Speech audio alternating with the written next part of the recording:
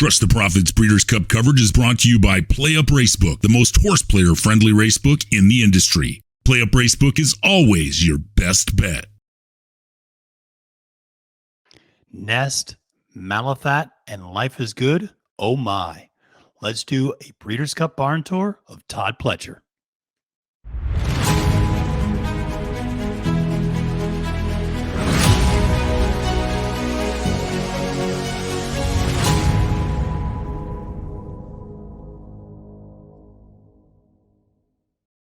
Salutations and welcome, friends. I'm your host for this episode of Countdown to Keeneland, which is becoming a virtual barn tour. My name is Matthew Desantis. You can find me on Twitter at the handle @FailToMenace, everyone's favorite running line.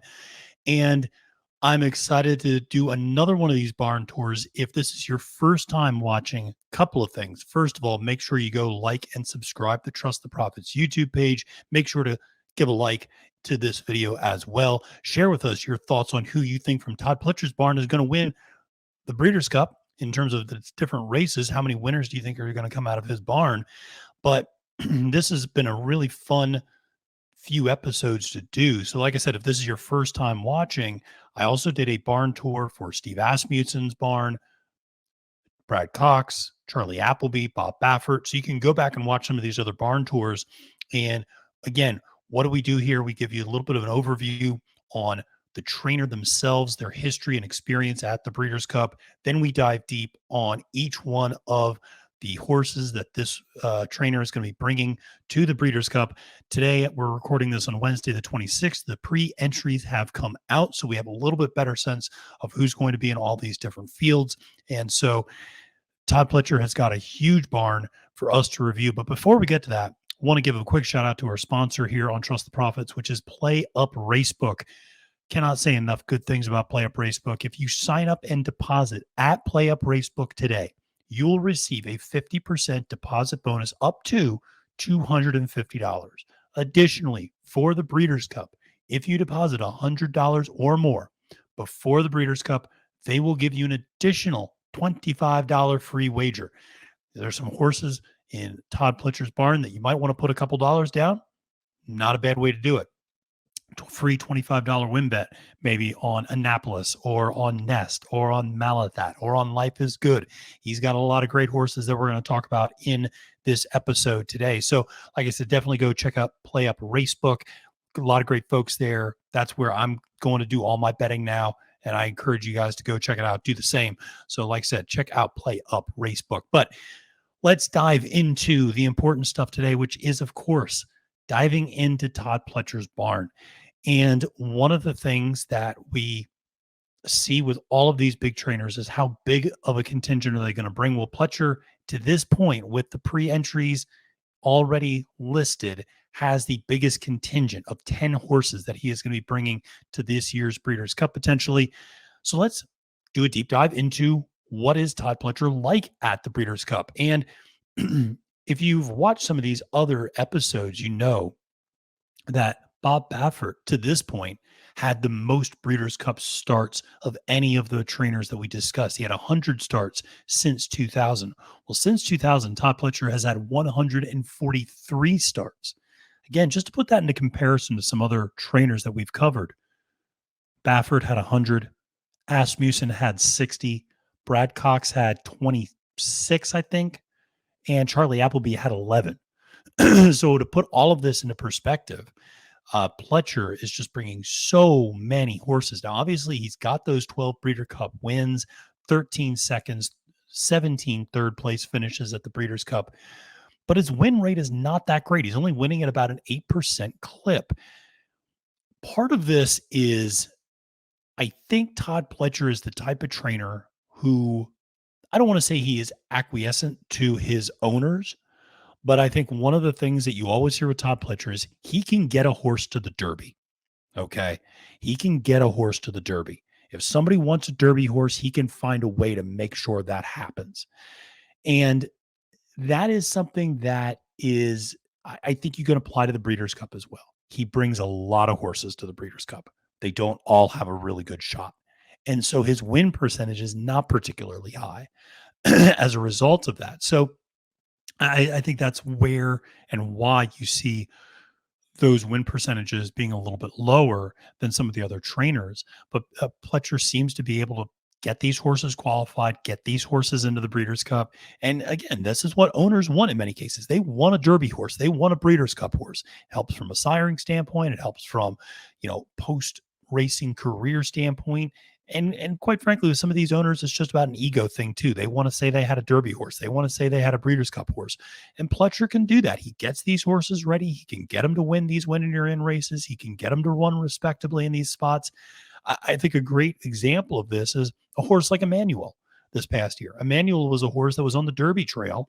That's a horse that absolutely belonged on the turf, but you could tell the ownership group kind of wanted Emmanuel to be their Derby horse, and Todd kind of acquiesced to a point. And then, after the third in the Bluegrass, just said, listen, let's move this horse to turf, promptly got a graded stakes win. So, there are some times where, again, I don't want to say that's always the case with Pletcher, but I think when you look at just the overwhelming size of the contingents that he brings, give you a perspective on this. One year, I forget which one, I think 2013, he brought 17 horses to the Breeders' Cup. I mean, that's remarkable. The idea that a trainer would bring 17 horses. They obviously don't all have a chance to win, but he does right by his owners. And by and large, he does right by these horses. But he's got a great group that he's obviously brought before. Uncle Mo, Shanghai Bobby. Recently, you had Life is Good, Vino Rosso winning the Classic a couple of years back. So you've had great horses in his barn coming through. Liam's Map. Like I said, a lot of great horses. But again, it's the sheer number and volume of horses that he brings that's really overwhelming. So speaking of volume and numbers, let's take a look at the 10 horses that Pletcher has pre-entered in this year's Breeders' Cup, starting off with the two that he has in the Classic, Life is Good, as well as Happy Saver. Life is Good, of course, has been the buzz of horse racing for much of the last few years. If it was not for Flightline, Life is Good would be the horse that I think a lot of people would be fawning over in many ways. And it's an incredibly impressive horse. Only that one defeat in its in his career, and we'll do a deeper dive into why that might have been. But Life is Good, obviously one of the favorites for the Breeders' Cup. Maybe not the second favorite. I know there's some disagreement about where the public money is going to go on Life is Good. I think, second, third favorite is where you're going to, he's not going to be any worse, I think, than a third favorite. But I think there's a potential that the public just looks at his record and says, this is the horse. And he's got a very obviously front running style that's very alluring. The horse that I love that's made me a ton of money over the years that Todd Pletcher is bringing is Happy Saver. Happy Saver is a horse that just runs honest, runs strong. And this is a horse that just always runs underneath. Doesn't win a lot, but like I said, always manages to get in the money. Actually, last time out at the Lucas was the first time in Happy Saver's career that he did not finish in the top three. So this is an incredibly reliable horse that has run up against some of the very best on a consistent basis. Obviously, Life is Good coming out of that Woodward Stakes. We've talked a little bit about that on some of the previous videos, but that was a less than emphatic effort, beating Law Professor, who I think is a very good horse. I like Law Professor a lot, but that was maybe not quite the trip that you would want to see. A little bit of an off track that day, obviously, might not just have handled that too well. So obviously some things in consideration, but that was not maybe the eye-popping Breeders' Cup prep race that a lot of us thought it might be. Then you go to the Distaff, and he's got the two favorites, and Nest and Malafat. These are absolutely 1 and 1A. They work out together. There's been some videos of them working out together. Malafat getting the better of the two. Nest, of course, has become this 3-year-old that everybody has really become enamored with. And I think on social media, Nest would be like a 1-5 favorite in this race if you took a poll of Twitter. Social media loves Nest, and I get it. There's a lot to like about this horse. We'll talk about it. But she's been so impressive, obviously running second in the Belmont. So incredibly impressive in that race, running against the boys. And we'll talk about kind of the competition that she's faced in that 3-year-old Distaff division. But Malafat, so battle-tested over the last few years as a 3-year-old and now 4-year-old. So, like I said, so impressive. Then you go and you look at, he's got a couple of turf entries, one that we'll talk about next, Annapolis, last time out winning that Keeneland Turf Mile, that grade 1 race. So impressive. Annapolis is a horse that I've been slow to come around on. I admit that I've always thought that, well, this feels like a race to fade Annapolis. This feels like Annapolis just keeps winning. So it's hard to keep fading this horse. Obviously, we'll be going up against some very stiff competition at the mile, namely, it will be Modern Games is going to be the horse that challenges Annapolis in that spot. But a very accomplished horse who's really come along beautifully for Pletcher on the turf.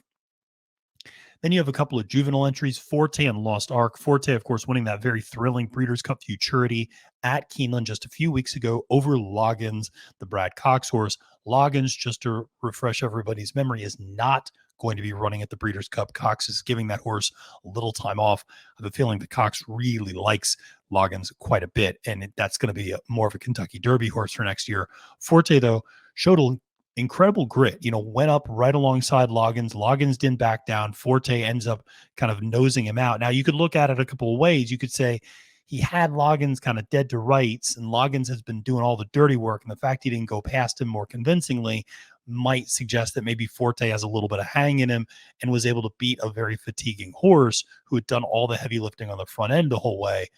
But I do think it's good to see horses that are battle tested a little bit, that have run against tough conditions, and not just had these kind of walkover victories that sometimes you see in these juvenile races.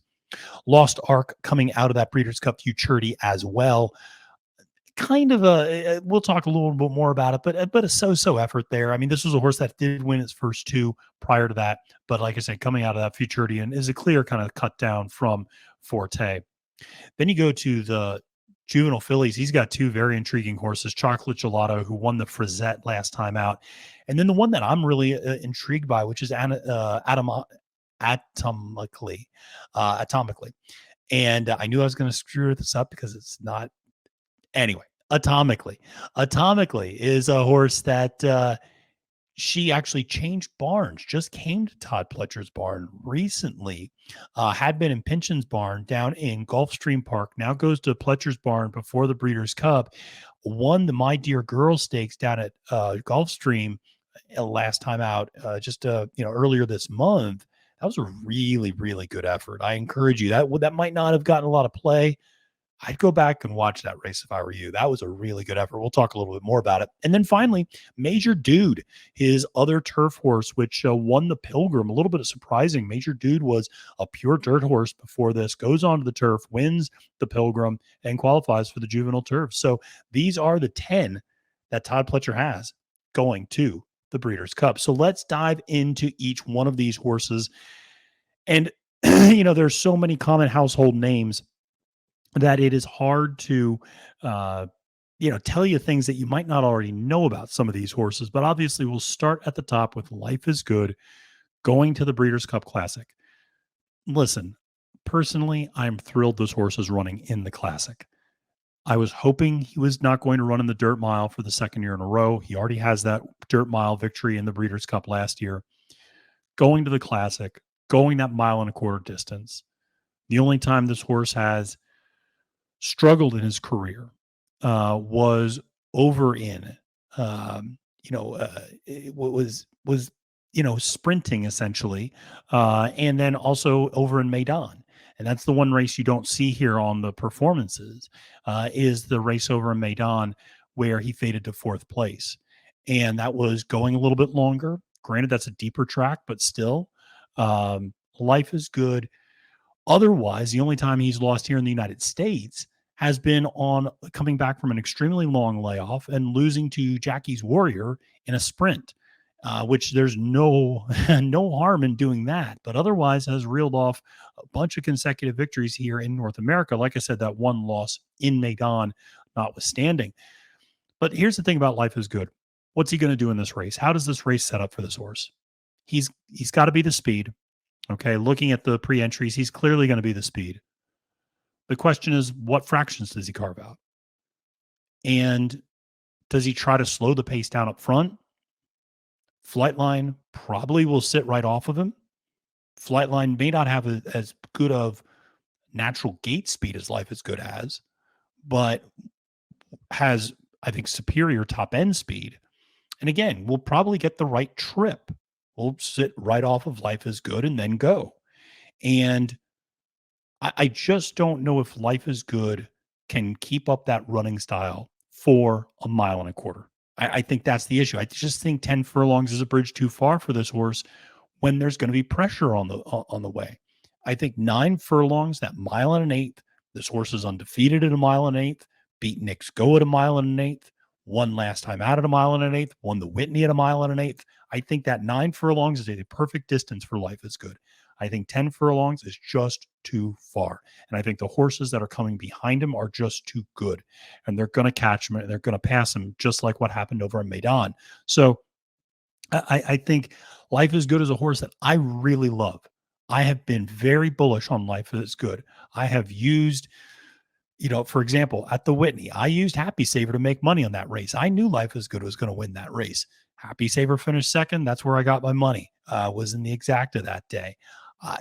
Over Speaker's Corner in the Nehru. It felt inevitable. That was the race coming back from Maidan. That last time out at the Woodward was not overwhelming. That was certainly a problem. But like I said, off-track conditions. Irad even said afterwards, Irad Ortiz Jr., his jockey, said kind of put him to sleep maybe a little too much on the front end, which happens sometimes.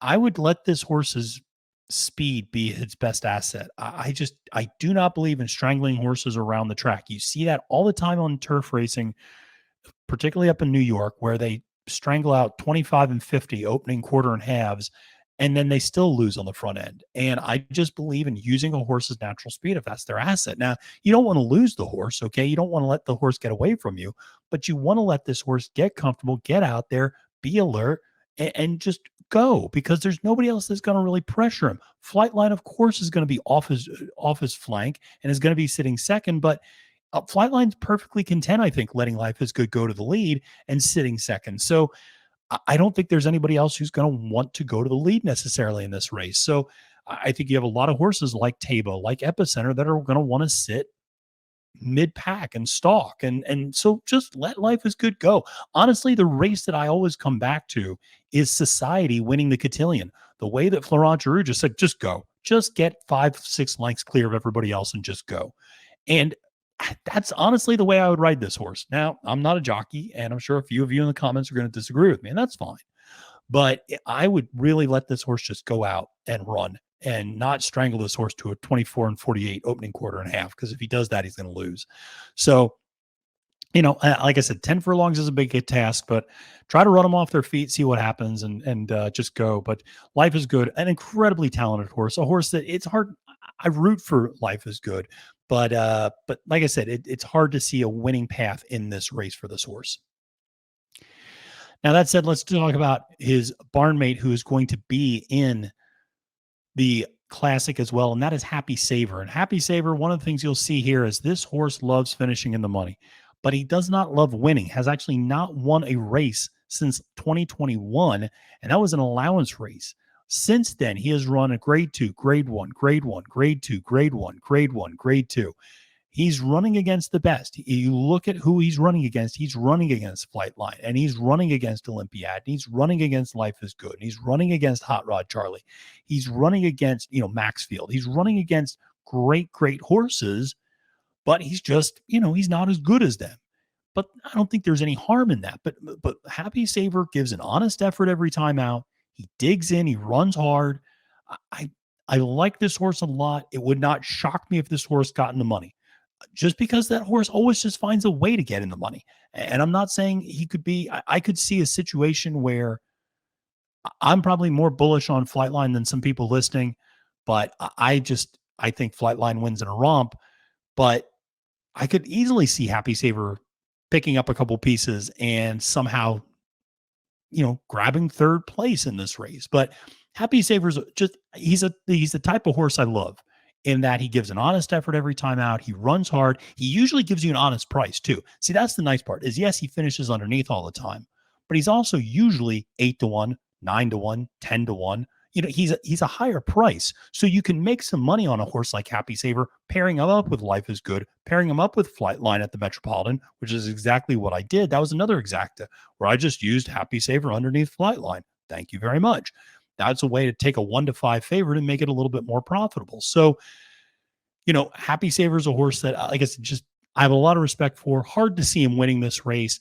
Would really just need a lot of fluky things, I think, to happen in front of him. But I could see this horse running hard and getting a piece at the bottom end of the money. Well, let's go to the Distaff, and this is where Pletcher has just got a loaded contingent. And he's got the two favorites. He's got Malathat and he's got Nest. Malathat's the older one, the 4-year-old. And Malathat has had a lot of great battles with the very best of these horses in the Distaff division, whether it was Latruska, whether it was Search Results, whether it was Clairiere, whether it was Army Wife, whether it was, all of these horses that he's done battle with, or she's done battle with, I should say, over the last couple of years. And she's usually gotten the better of these horses. Now, there was a stretch there over the summer where Clairiere seemed to be getting the best of her. Last a couple of times, though, the Person Lenson, Malathat wins, then comes back, wins the Spinster as well over Army Wife in a very convincing race. Looked just beautiful in that race. That was a great effort by Malathat that day. So coming into the Distaff in absolutely good condition, but Malathat, much like Clairiere, they're deep closers. They're going to want speed on the front end. Well, you have Society in this race who's going to give you speed on the front end. But here's the thing, Latruska, who usually is reliable for that front end speed, going to the filly and mare sprint, not going to the Distaff. So the fact that Latruska is not in the Distaff may change that pace dynamic a little bit.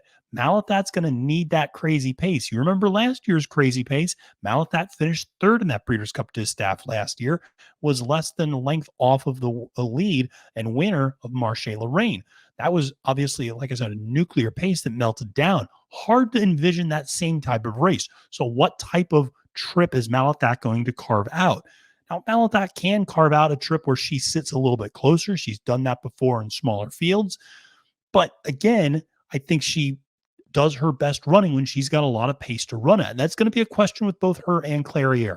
How do they position themselves? How far are they off the lead?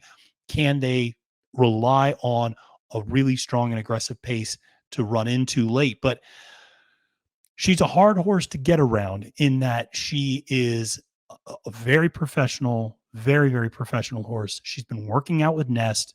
The most recent workout created all sorts of buzz on social media because she made Nest look like she did not belong in the same conversation. I mean, Malathat looked much the best in that workout.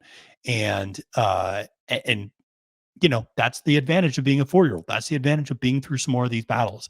That's the advantage of running up against these very mature, very strong Distaff division. That's the thing. This Distaff division has been loaded for the last year. So I love Malathat. I think this is a great horse. The only question with Malathat is, will she get the pace? And I think, we got to dive into the PPs a little bit. Those PPs and racing forms are out for the pre-entries. If you want to go to whichever your favorite destination is for that, whether it's DRF, whether it's Brisnet, you can take a look at those and, see what sort of pace she's going to get to run into. But she does prefer to have that type of pace up front. Obviously, last time out in the Spinster, didn't necessarily need that. Was just much the best in that race, was just a better class. But running against the very best, her preferred running style is to sit back and let things happen in front of her and then make a run late. We'll see if she's good enough to do it. Now, the horse that a lot of people are on is Nest. Of course, Nest is the, filly that ran against the boys at the Belmont, came in second to Mo Donegal. Just a phenomenal effort that day. That said, I'm going to be provocative. Who's she really beaten? Now I say that half joking. Okay. So just be clear. I say that half joking, but Nest is a very, very impressive horse. I think we would all admit that Secret Oath seems like she's been regressing. So that was her primary rival. Secret Oath, I don't have a lot of confidence in. Okay. That's a horse, like I said, that has been trending the wrong direction for the last couple of months. When I watched that horse at the Cotillion, she's big and she looks the part, but she just looks tired. Okay. She has had a very long and rigorous campaign. Whether you think running her against the boys wore her out or not, Secret Oath has been running so regularly during this trail and during this 3-year-old campaign. You get beyond Secret Oath, you see horses like Nostalgic, Goddess of Fire. Okay. All right, those are perfectly fine horses, but they're not Clear Air. It's not Latruska. It's not Search Results. It's not Army Wife, even. Okay. So she's not been running against as good a competition as Malathat has, in my opinion. You look at that Belmont, what has We the People really done? Well, what's a horse like Creative Minister done? Maybe that's been the most mishandled horse in America at this point. Um, Skippy Longstocking, nice horse, came back to win in West Virginia in the slop, mind you, which is what his dad liked to do, exaggerator. Skippy, okay, is a decent horse. But again, even in that Belmont against the boys, I'd be hard pressed to say that was an overwhelming field. So I think there are some legitimate questions. Who has this horse beaten? Now, beaten a horse like Interstate Daydream, who's a nice horse, Cocktail Moments, who's a nice horse. But again, you compare who she's beaten to who Malathat has beaten, and it's not even a comparison. Now, the flip side is, and there's always a flip side, the flip side is the ease with which Nest has won these races, okay? She dominates these races. She blows people out, and there is something to be said for that. So if you're not going to run against as good a competition, at least look dominant doing it, and she absolutely has, okay? She absolutely has. The thing I like about Nest is she makes her own trips. She's a very versatile horse in that regard, and she can absolutely make her own luck in this type of a race, which I think is, I give her an advantage over Malathat in that regard, because Malathat kind of has one way to win. Nest has a few ways to win, I think, and it can be a little bit more tactical on the front end, could also sit mid-pack, can launch late, can do a lot of different things. So very talented filly. Very, very talented filly, not taking anything away from Nest. But I think there might be an opportunity to go in a different direction where the public is going to be nailing this horse at the windows. I mean, this horse is going to get bet down. So, just to keep that in mind as you think about how to approach that Distaff division. So then we'll move to Annapolis, which is one of his 2 turf entries. And this is a horse that, like I said, has really impressed me the last couple of times, particularly last time out, winning that Keeneland Turf Mile, which is so impressive, beating Ivar, beating Order of Australia, both of whom are running in the Breeders' Cup Mile. Those 2 are very good horses in their own right. The race before that, the Saranac, that was one where I just, I wasn't overly impressed by that race just because it was a 4-horse field. It's hard to get much out of that race, if you know what I mean. It's hard to really go, oh, this is my takeaway from this 4-horse race, especially on the turf. So I didn't give maybe Annapolis a ton of credit for that race, but all the credit in the world for winning that Grade 1 last time out. Then you look at the Saratoga Derby, beaten by Nation's Pride. I think that's the race where, if you're going to be concerned about Annapolis, that's the race you really need to go to take a look at. This is a horse that obviously, like I said, is very, very good. Won the Pilgrim last year as a juvenile. So it's been a horse that's been, had a long layoff then before it came back in the Pennine Ridge, lost to a big long shot in Wild Water Summer, or in the Penn Mile, I should say. And, and that was a not good conditions on that turf that day at Penn National. Not a surprise. I grew up near Penn National, but it's still not a surprise that there were not good conditions on the turf that day. Annapolis then comes off, wins 3 of the next 4. The question here is Modern Games. I mean, that's the horse that's looming over this entire field. The Charlie Appleby horse, who I talked about on the Charlie Appleby Barn Tour. I just happen to think Modern Games is much the best. And Annapolis, I think, is a clear second choice. The fact that Annapolis beat Ivar, beat Order of Australia last time out, I think speaks very well to this horse. I don't think this, mile field is too overwhelming. I think Annapolis absolutely fits. But I just think that there is this kind of other presence in this race. So it's going to really be a showdown between Annapolis and Modern Games in the BC Mile. Obviously, those turf races, though, can be wide open. A lot of that's going to also got to pay attention to the weather. Now, I just looked at my phone. It looks like weather on Friday at Keeneland. Next Friday looks okay. There was initially some calls for rain. Looks like it's actually going to be partly sunny. If the rain holds off for Saturday, going to have good turf conditions, but obviously something you want to pay attention to, especially based off the fact Annapolis did not respond well to that poor turf at Penn National. So let's shift to TODD Pletcher's fleet of juveniles that he has. He has got 5 adult horses and 5 juveniles. led by Forte, of course, the aforementioned horse that won the Breeders' Cup Futurity over Loggins. This is a horse that also won the Hopeful, beating Gulfport, beating Blazing Sevens, who, of course, Blazing Sevens came back to win the Champagne. Admittedly, that was in the slop, but still beating a horse that then comes back to win another Grade 1. Did not run that particularly well in the Sanford. Didn't run terribly that day, just ran fourth, but really broke its maiden in an impressive fashion as well. So, excuse me, Forte is a horse that is going to attract a lot of attention, is going to attract a lot of money. The juvenile is going to come down to East versus West, though. It's going to come down to the Baffert contingent in many ways versus the Pletcher contingent in other ways. What is Forte going to do in this race? What is Cave Rock, the Baffert horse, going to do in this race? What is National Treasure going to do in this race? Forte has a style that might be advantageous, though. Forte can sit off the pace. I actually like that for younger horses. There are so many horses that need the lead, that want to be right out on the lead in these juvenile races, and it can sometimes push an aggressively hot pace. The fact Forte can sit mid-pack, can make his own trip, can make a run late, I think that really says a lot for what this horse is capable of doing. So I like Forte a lot. I'm very bullish on this horse. That was a very impressive effort, I think, at Keeneland. Again, you could look at that and go, why couldn't he get past Loggins a little bit easier? Loggins, again, did all the heavy lifting in that race, did all the running on the front end, and then Forte kind of has him dead to rights. And even the race caller kind of assumed that Forte was going to go by him, and then Loggins digs in and ends up, fighting back. So the fact that Forte, like I said, maybe had a tougher time getting past Loggins. Maybe you look something into that. I just looked at his two great horses battling it out. But Forte absolutely has a very legitimate shot in the juvenile, and especially if you are fading those Santa Anita, those West Coast dirt horses, if you're fading that Baffert contingent and saying, listen, Santa Anita, just the way that track is going to favor front end speed, want to look at a horse like Forte, maybe is the way to go. So his other horse that is entered in this race is the Lost Ark. Lost Ark, of course, won the first two times out, including the Sapling, which is a listed stakes race.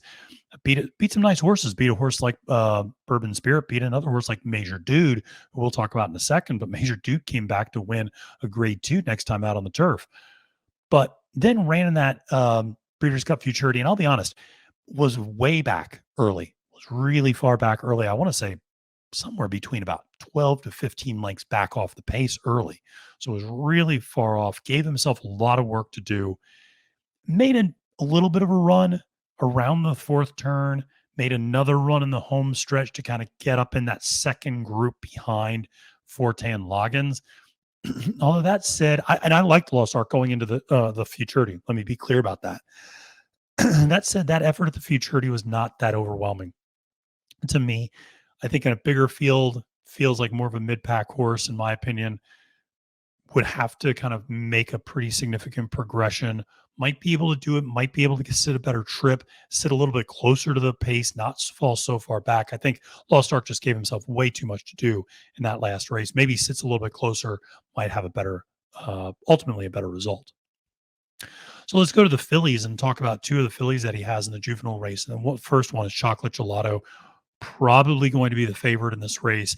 Chocolate Gelato, of course, coming off a win at the Frizette. Very, very good horse. Very impressive effort at the Frizette. And that was, again, in off conditions. So if you want to look at, what sort of conditions these horses ran in, whether or not that might factor into things.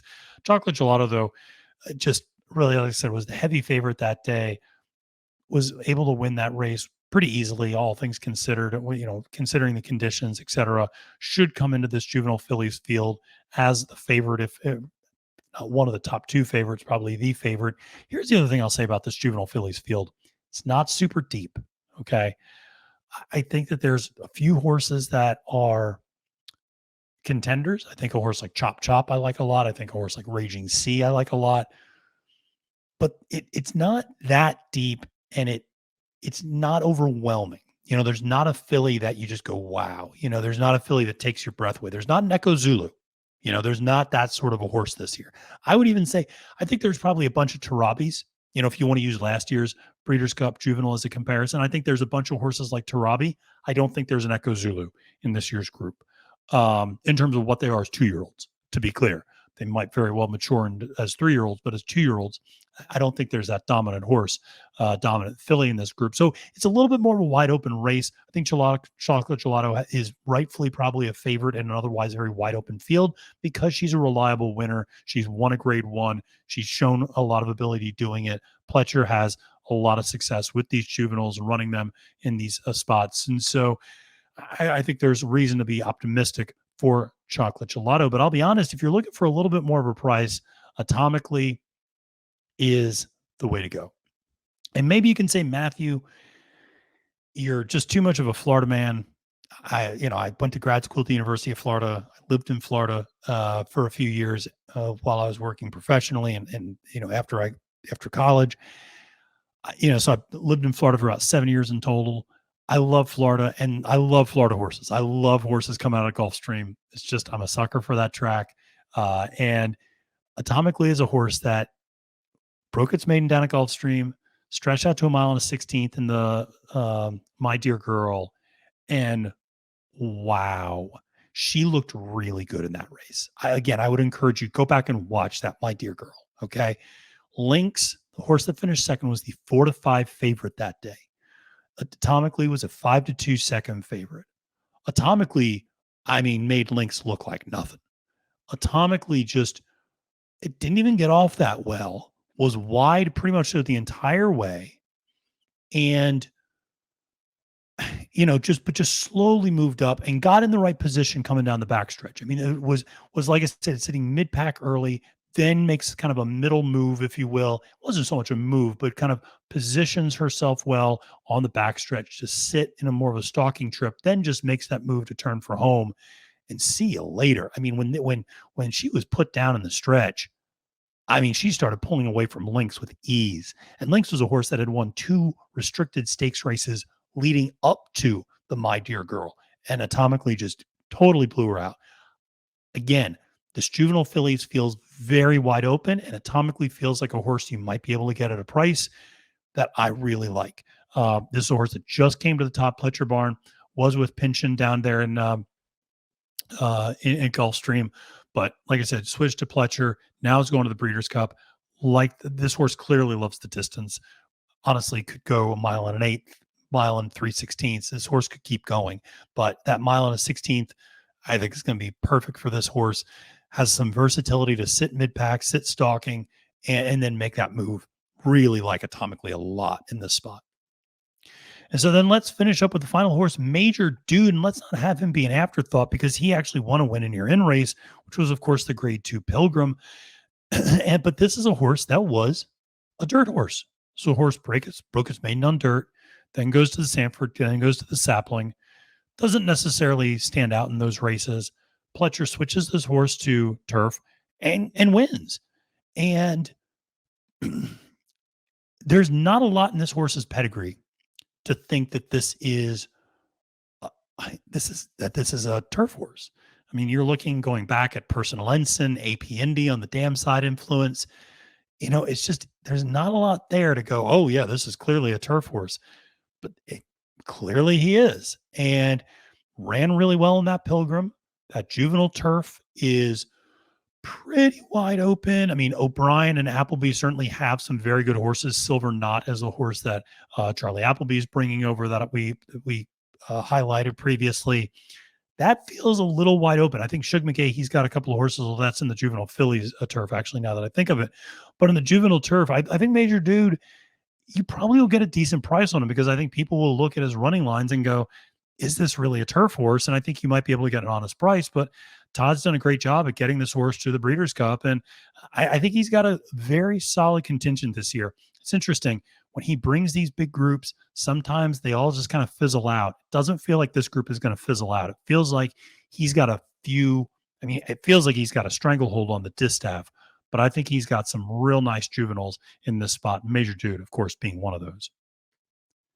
Well, listen, this was the longest of our barn tours, and that's because we had to go through 10 horses. But this is not going to be the last of our barn tours. Never fear. We are going to come back with Chad Brown tomorrow. We're going to come back with Aiden O'Brien on Friday. So we still got 2 more for you.